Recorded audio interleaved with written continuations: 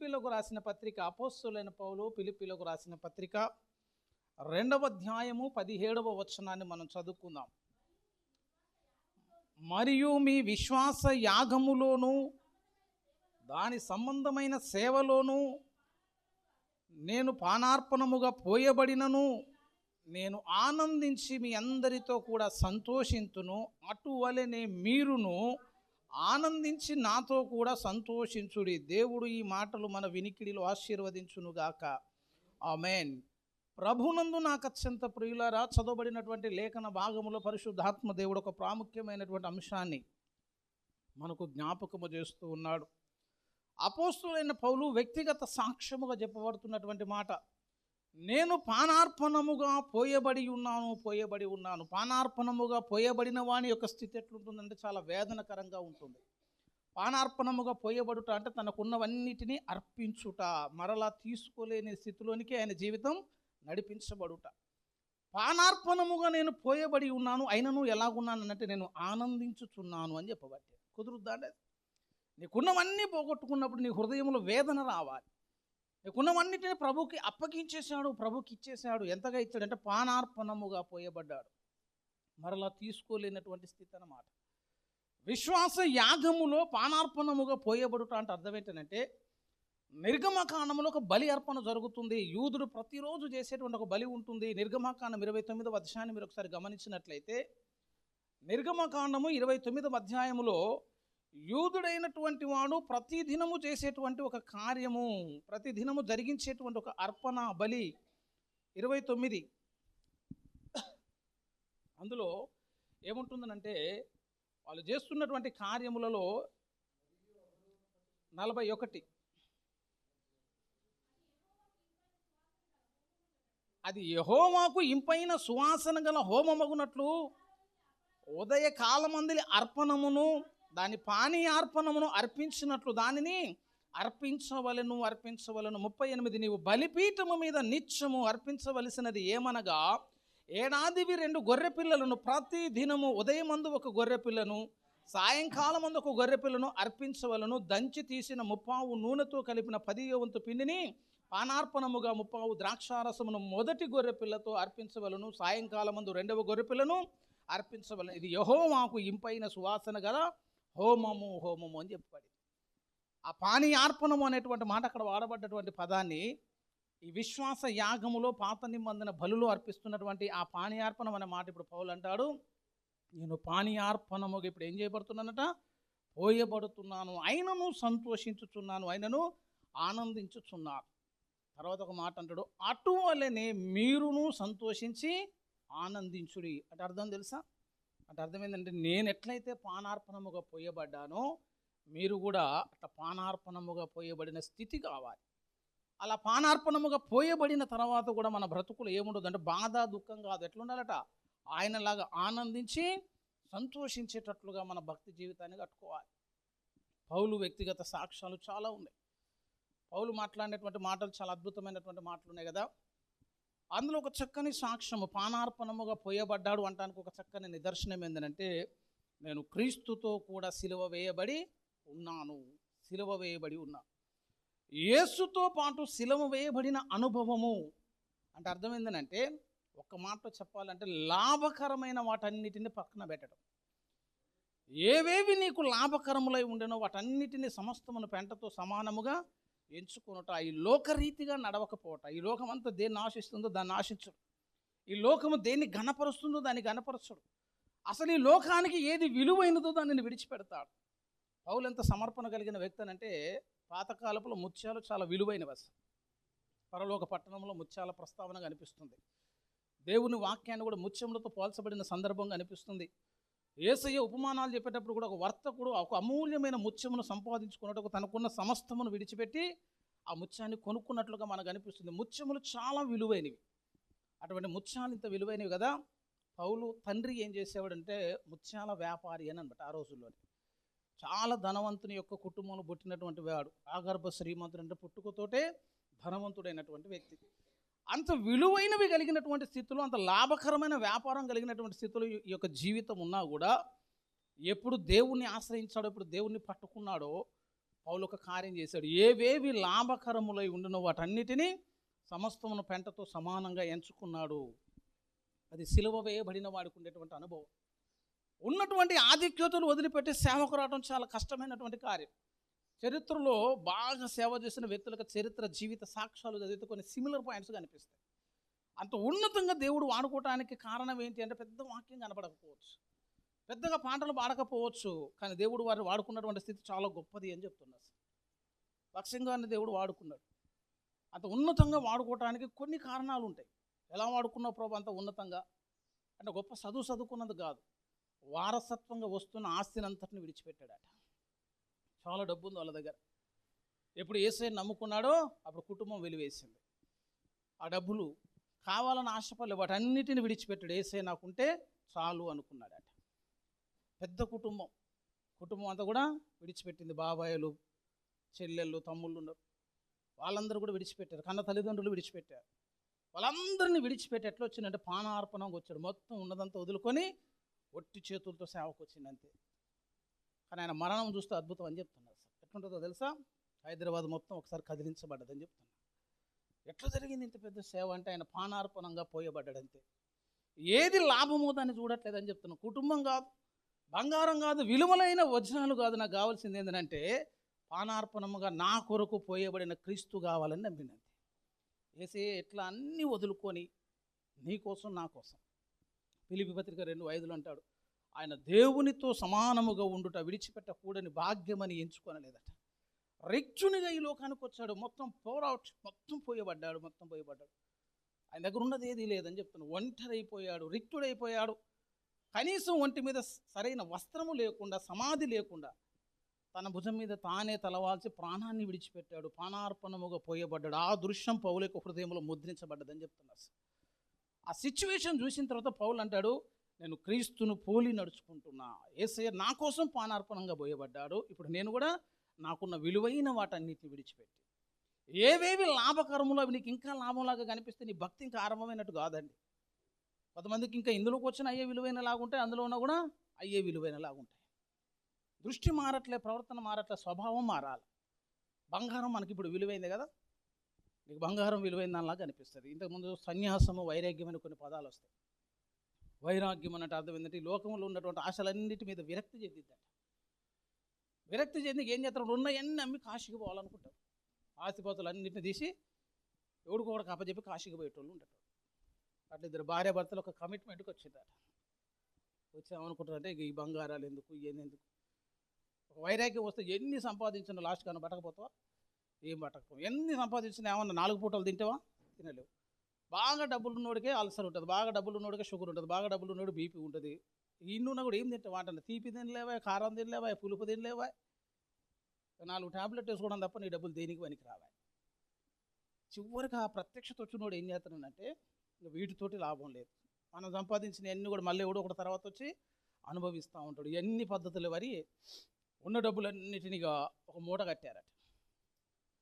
మూట కట్టి ఒక ఆర్ఫన్కి ఇచ్చేసి వీళ్ళిద్దరు బయలుదేరి పోతా ఉంటే ఒక బంగారపు బిల్ల కనబడ్డదట. ఈ భర్త ఏమనుకున్నాడనంటే మళ్ళీ ఈ బంగారం దీనికి కనబడ్డది అనుకో, దీని మనసు ఆడ మారిద్దు అనుకొని వాడు దాని మీద కాలు పెట్టిండట. ఇట్లా కాలు పెట్టి తీయట్లేదు. ఆమె కొద్దిసేపు చూసింది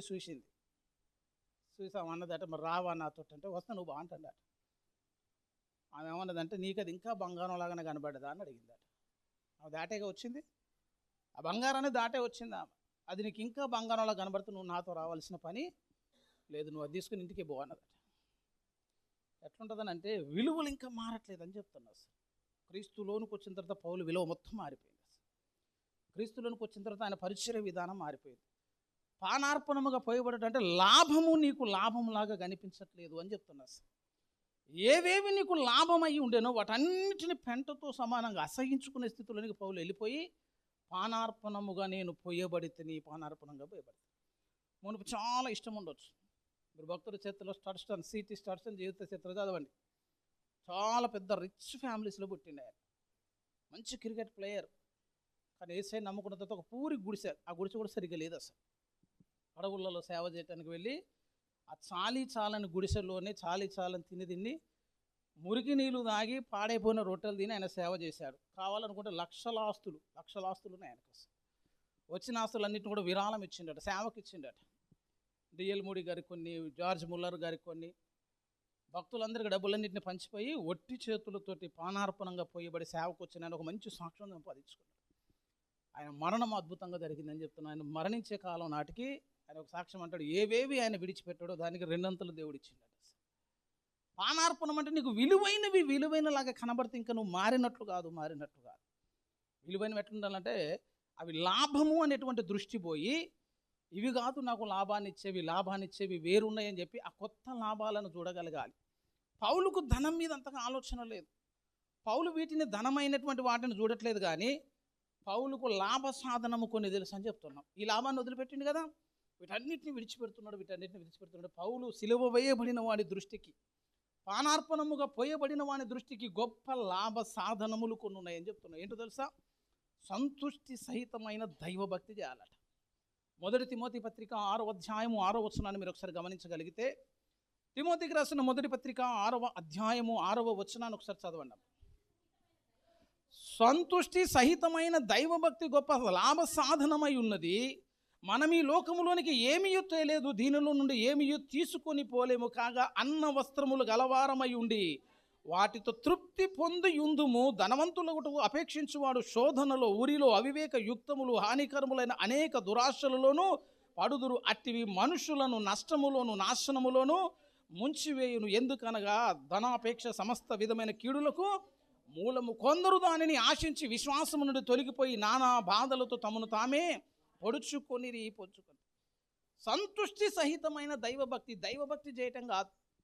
నడిపించుకొని ముందుకు పోతున్నావు కానీ గునుకుతున్నావు, సనుగుతున్నావు. అసలు ఇశ్రాయేల్ అరణ్య యాత్రలాగానే నీ బ్రతుకున్న ఆ బ్రతుకు కూడా ఉంది. అసలు ఆనందంగా ఆడబోతున్నావు అంటున్నా. వచ్చిన ప్రతి ఘట్టంలో దేవుని నువ్వు స్తుతించగలగాలని చెప్తున్నా. ఇశ్రాయేల్ అరణ్య యాత్రలో చాలా క్షామము, లేమి, ఇబ్బందులు కనిపించినాయి. అందుకే వారు సనిగి సంహారకుని చేత నశించిరి అని బైబిల్ కూడా హెచ్చరిస్తుంది. చాలా వేదనతో భక్తి చేశారు, వాళ్ళు బాధలో భక్తి చేశారు. పౌలు తిమోతికి చెప్తా అంటున్నాడు, నీ దైవభక్తి ఎట్లుండాలంటే సంతుష్టి సహితమైన దైవభక్తి కావాలి. ఆనందంగా భక్తి చేయగలగాలి. నీకున్నటువంటి ఆనందము నీ భక్తి బట్టి ఉండాలి, భక్తిని బట్టి ఉండాలి. నీకున్న దానితో తృప్తి పొంది ఉండాలి. లేని దాని కొరకు ఆశపడకుండా ఆ గొప్ప లాభ సాధనం ఏంటంటే సంతుష్టి సహితమైన దైవభక్తి గొప్ప లాభ సాధనం. ఆనందంగా భక్తి చేయి. నీ జీవితంలో దేవుడు అనుమతించిన ప్రతిదానిని ఆహ్వానించు. కన్నీరు వచ్చే సందర్భం వస్తుంది, ఇబ్బంది వచ్చే సందర్భం వస్తుంది. వాటన్నిటిని కూడా పౌలు స్వీకరించాడు, అంగీకరించాడు. దాన్ని ఎట్లా చూస్తాడంటే లాభములాగా చూశాడు. అటు కుదురుతాదండి. ఆ శ్రమల్లో, ఆ కష్టాలు ఎన్ని ఉంటాయనంటే, మీరు ఒకసారి తిమోతి పత్రిక, ఫిలిప్పి పత్రిక చూడండి ఒకసారి. ఫిలిప్పీలకు రాసిన పత్రిక మీరు ఒకసారి గమనిస్తే, పానార్పణముగా పోయబడినప్పుడు ఉన్నటువంటి స్థితి గురించి మనం చదువుకున్నాం కదా. ఇక్కడ మీ విశ్వాస యాగములోను దాని సేవా సంబంధమైన సేవలోను పానార్పణముగా పోయబడిన అన్నాడు కదా. ఇప్పుడు ఒకసారి తిమోతి పత్రిక ఒకసారి చూడండి. తిమోతి పత్రిక 2వ తిమోతి పత్రిక 4వ అధ్యాయము 6వ వచనం, 4:6. నేనిప్పుడే పానార్పణముగా పోయబడుచున్నాను, నేను వెడలిపోవు కాలము సమీపమై ఉన్నది. ఒక్కసారి 5 కూడా చదవండి. అయితే నీవు అన్ని విషయములలో మితముగా ఉండుము, శ్రమపడుము, సువార్థికుని పని చేయము, నీ పరిచయను సంపూర్ణముగా జరిగించుము. నేను ఇప్పుడు పానార్పణముగా అన్నాడు. పానార్పణముగా పోయబడ్డవాడు వీటన్నిటిని సహించాలని చెప్తాను. సువార్త చెప్పమంటే నాకు శాత కాదనొద్దు, శ్రమపడమంటే నాకు ఇబ్బంది అని చెప్పొద్దు, అప్పగించిన పరిచయ మధ్యలో విడిచిపెట్టొద్దు. నేను ఇప్పుడు పానార్పణముగా పోయబడ్డా, నేను అన్ని అన్నీ కూడా ముగింపుకు తెచ్చానని చెప్పి అందులో ఒక మాట ఏమన్నాడు తెలుసా? శ్రమపడుము అనే మాట కూడా ఉందట. కుదురుతాదని ఆ మాట చెప్పగలుగుతామా అంటున్న. శ్రమలను కూడా పానార్పణంగా ఒక లాభ సాధనములాగా చూడగలిగిన మనసు ఉంది ఆయనకు. అసలు విచిత్రం ఏంటంటే అసలు ఏ మేలు కలిగితే అవి కనిపించకపోయా. ఏది ఆశీర్వాదం అది మన కన్నులకు ఆశీర్వాదంలా కనిపించట్లే. కొన్ని రోగాలు వస్తాయి. జ్వరం వచ్చింది అనుకో, కొన్ని చేదు కనిపిస్తాయి అట నోటికి. వాస్తవంగా తీయగానే ఉంటాయి, కానీ వీడికి ఎట్లా ఉంటుంది అప్పుడు అది? వీడికి చేదు అనిపించేది. కొంతమంది చేదును మంచి ఇష్టంగా తింటూనే ఉంటారు, మనకు అది పడదు. పౌలు దృష్టికి లాభము అంటే ఏంటంటే బంగారం కాదు. పౌలు దృష్టికి లాభం అంటే విలువైనటువంటి ఆభరణాలు కాదు. ఆయన ఏమంటాడనంటే ఈ శ్రమ పడుట అనేది గొప్ప లాభ సాధనం. దైవ భక్తులు ఎదురవుతున్న ప్రతి శ్రమ కూడా ఏమైపోతుందట? లాభ సాధనం అవుతుంది అని ఎట్లా చెప్పగలుగుతావు అని అడుగుతాను. నీకు ఎట్లా వస్తుంది ఆ మాట అనటం? ఎట్లా అవుతుంది లాభ సాధనం అని అంటే, చూసినోడు కాబట్టి. ఒక ముచ్చట మనకు కరెక్ట్గా అర్థం కావట్లేదు కాబట్టి అది లాభ సాధనం లాగా కనిపించట్లే. భూలోకపు శ్రమలు, రోమపత్రిక 8లో పౌలు ఒక మాట అంటాడు, ఈ లోకపు శ్రమలట రాబోయే ఎదుట మహిమ ఎదుట ఈ కాలపు శ్రమలు ఎన్నదగినవి కాదు. రోమీలకు రాసిన పత్రిక 8వ అధ్యాయం ఒకసారి గమనించండి. మన ఎడల ప్రత్యక్షము కాబోవు మహిమ ఎదుట ఇప్పటి కాలపు శ్రమలు ఎన్నదగినవి కావని ఎంచుచున్నాము. చాలండి. అంటే అర్థం ఏంటో తెలుసా? కొన్ని వాక్యాలు అర్థం కావట్లేదు కాబట్టి మనకు విలువైనవి కనిపించట్లేదు. ఈ కాలపు శ్రమలు ఏదైతే ఉన్నాయో అవి పరలోకపు సిరులైపోతాయి. ఈ కాలపు శ్రమలు ఏదైతే ఉన్నాయో పరలోకంలో ఇది లాభం అయిపోతుంది, వాటికి విలువ ఉంటుంది, వాటి విలువ ద్వారానే నీకు ఘనత వస్తుంది. అటు భూమి మీద నువ్వు పడ్డటువంటి శ్రమలకు రేపు దేవుడు పరలోకంలో బహుమానం ఇవ్వటమే మొదలుపెట్టింది అనుకో, ఎవడు పొందుతాడు బహుమానం? ఆయన కొరకు శ్రమ పడిన వానికి బహుమానం, ఆయన కొరకు నలిగిపోయిన వానికి బహుమానం, అది వానికి ఆశీర్వాదం అనుకున్నప్పుడు ఇక్కడ ఏ శ్రమ పడినోడు ఎట్లుంటాడు? అప్పుడు ఆడ ఒట్టి చేతులతో ఉండటం తప్ప ఇంకొక అవకాశం ఉన్నదండి? ఏముండదు. ఇక్కడ శ్రమలు రేపు పరలోకంలో దేవుడు మనకు వాటిని ఏం చేస్తాడంటే ఆశీర్వాదములుగా మారుతాడు. అది పౌలు చూశాడని చెప్తాను. గాయపరిచిన అందులో ఉన్న బహుమానాన్ని చూస్తున్నాడు, శ్రమ పడుతున్న అందులో ఉన్నటువంటి ఆశీర్వాదాన్ని చూస్తున్నాడు. కాబట్టి సమస్తమును పోయటానికి పానార్పణ ఇవ్వటానికి పౌలు ఏం చేశాడంటే ఇష్టపడ్డాడు. ఇప్పుడు పౌలు సమస్య ఏంటంటే యేసయ్య పానార్పణంగా పోయబడ్డాడు, యేసయ్యను చూసి నేను పానార్పణంగా పోయబడ్డా.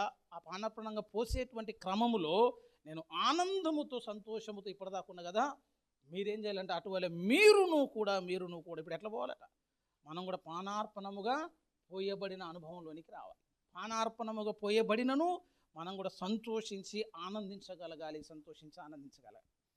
విలువైనవి పానార్పణములో విలువైన వాటిలాగా చూడాలని చెప్పిన కదా.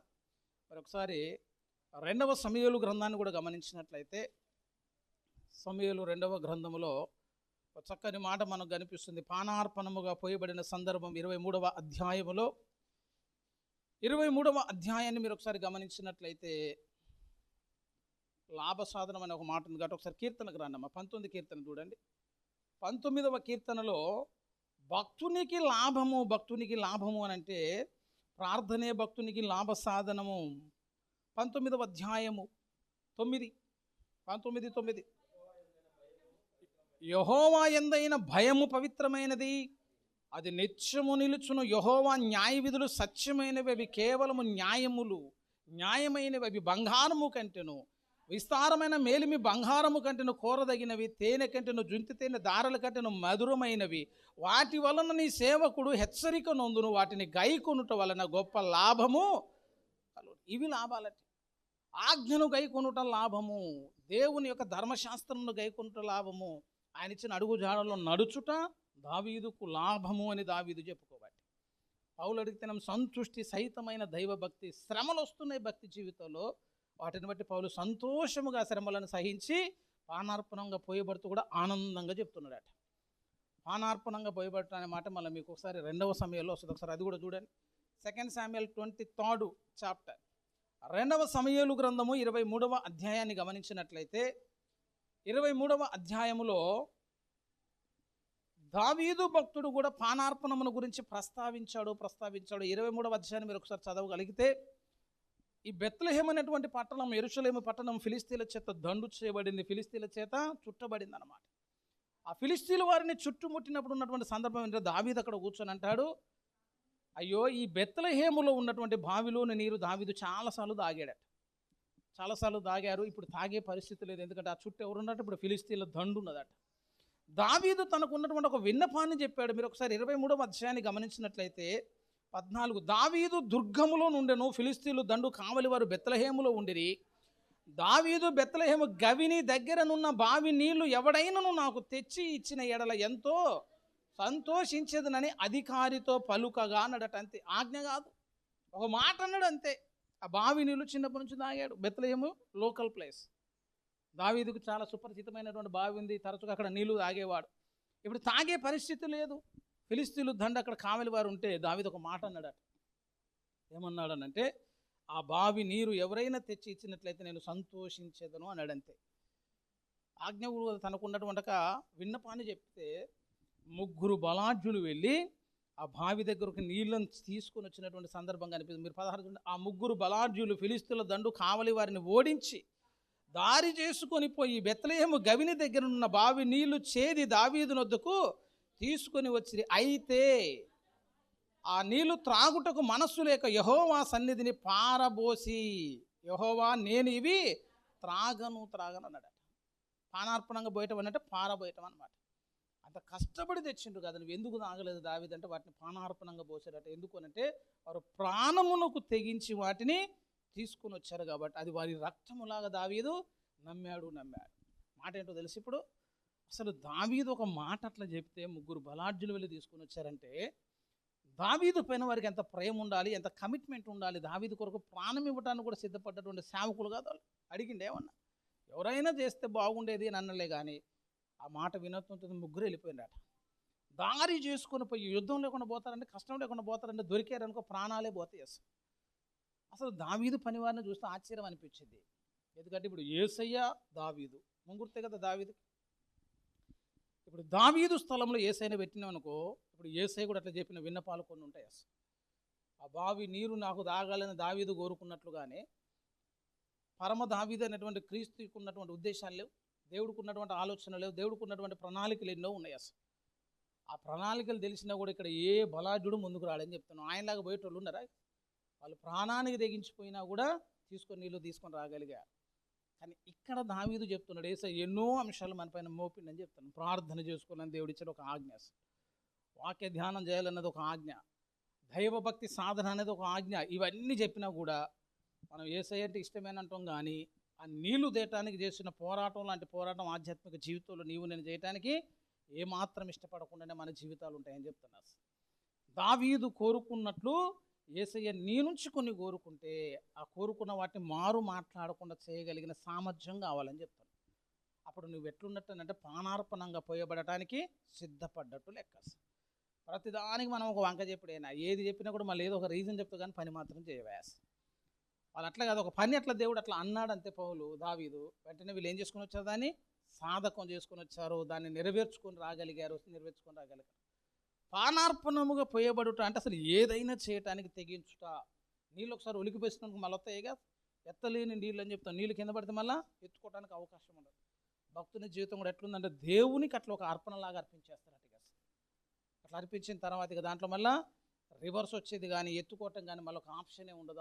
అట్లాంటి స్థితిలోనికి విశ్వాసుల జీవితాలను కావాలని దేవుడు ఏం చేస్తున్నట్టు ఆశపడుతున్నాడు. అట్లాంటి కమిట్మెంట్ కావాలి, అట్లాంటి సమర్పణ జీవితం కావాలి, అట్లా ప్రాణార్పణముగా పోయబడిన భక్తుల సమూహము కావాలి. కానీ ఎంతసేపు యేసయ్య పోసిందని చెప్పుకోవటమే కానీ దాని అడుగుజాడలో మనం నడవటానికి ఇష్టపడనటువంటి స్థితిలో మన జీవితాలు ఉండొద్దు. దేవుని కొరకు ఏం చేయాలంటే మనం కూడా, మీరు కూడా అటువలన ఏం చేయాలి, ఇప్పటికి అసలు పానార్పణముగా పోయబడాలి. పానార్పణంగా పోయబడాలి అన్న దాంట్లో ఇంకొక మాట ఉంటుంది.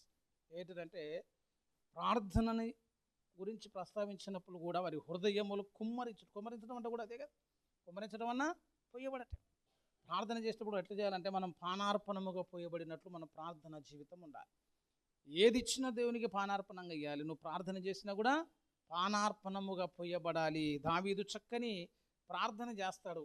ఒకసారి మీరు 62వ కీర్తన ఒకసారి గమనిస్తే 62లో 62:8 చూడండి.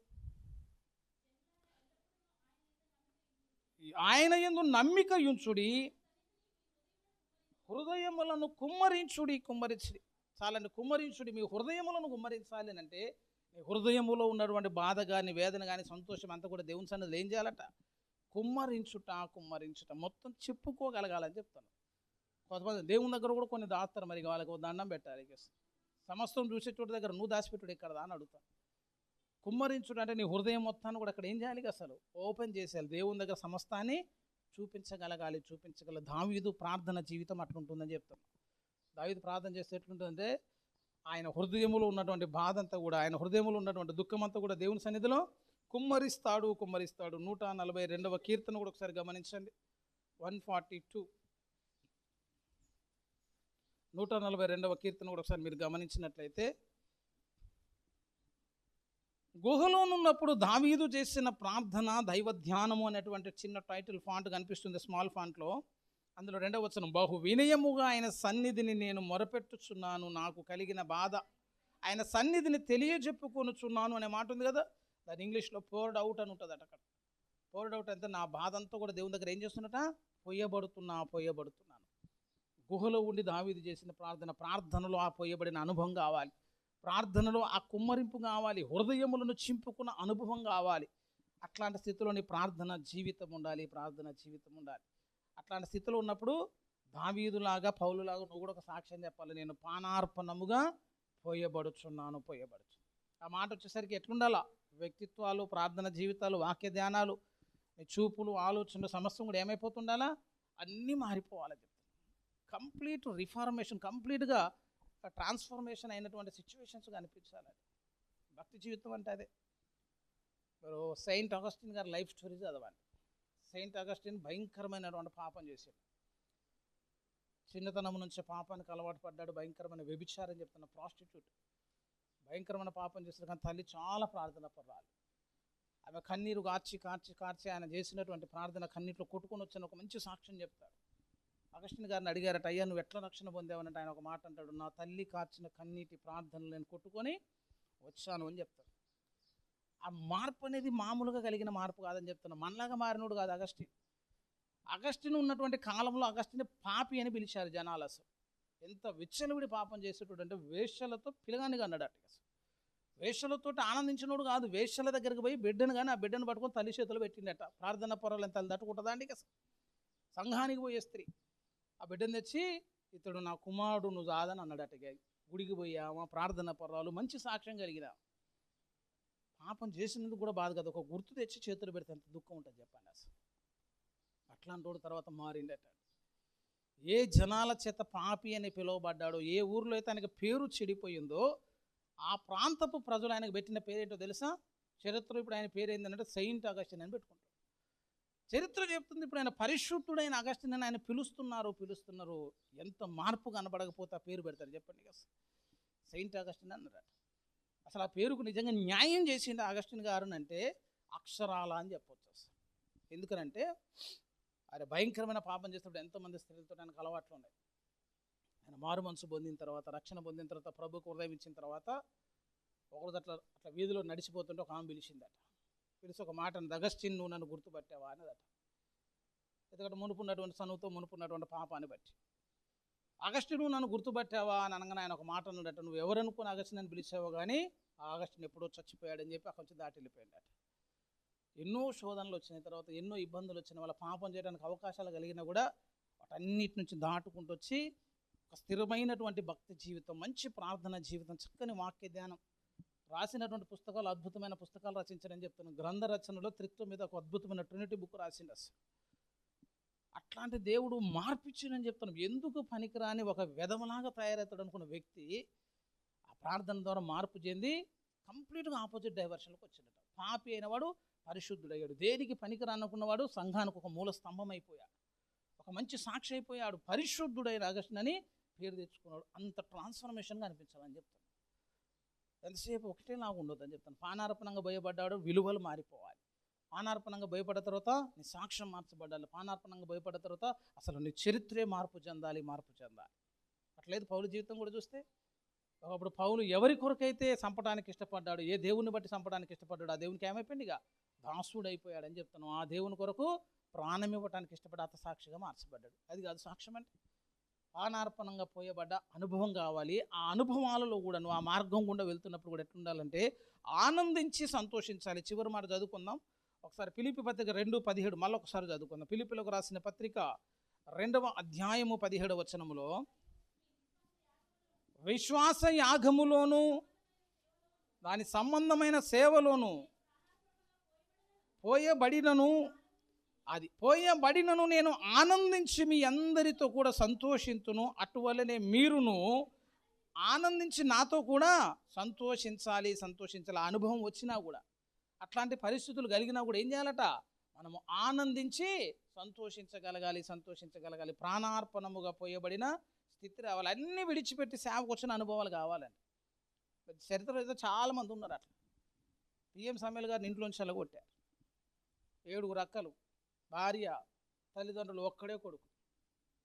బాప్తిసం పొందిన పేరుతో ఇంట్లోంచి వెళ్ళగొడితే ఒక్కడే ఏడ్చుకుంటూ బయటికి వెళ్ళిపోయింది 17 సంవత్సరాల ప్రాయంలో.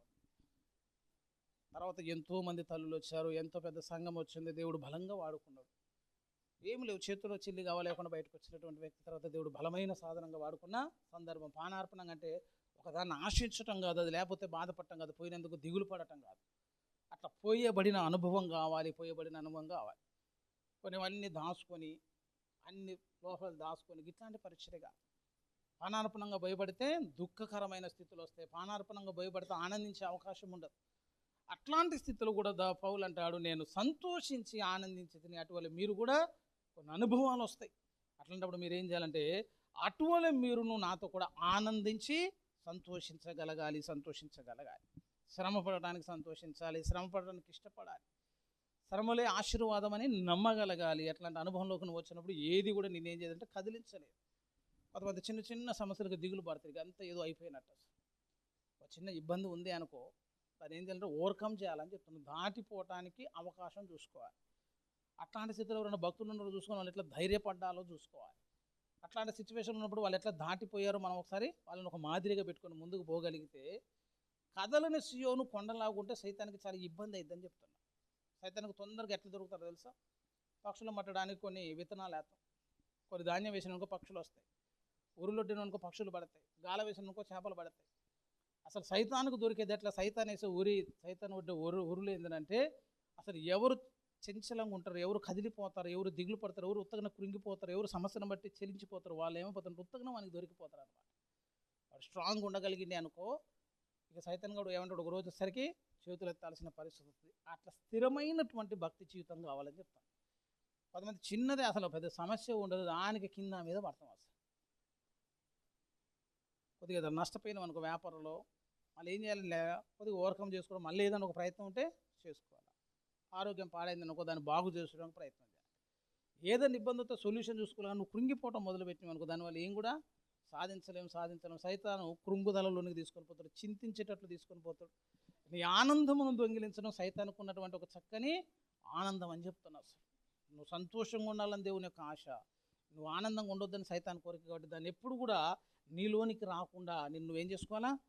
పరిస్థితులు ఎట్లా మారినా కూడా వాటన్నిటిని నువ్వు ఆహ్వానించి దేవునికి ఇష్టంగా నీ జీవితాన్ని కట్టుకున్నట్లయితే, దేవునికి సాక్షిగా నువ్వు ఉన్నట్లయితే, నిన్ను బట్టి కూడా ఇంకొక మాట అనాలకుడు, అతడు పానార్పణముగా పోయబడ్డాడు, పానార్పణ అతడు సంతోషించాడు, ఆనందించాడు. అటువల్ల మనము కూడా సంతోషించి ఆనందించున్నట్లుగా దేవుడు మనల్ని దీవించునుగాక. ప్రార్థన చేసుకుందాం, ప్రార్థించుకుందాం.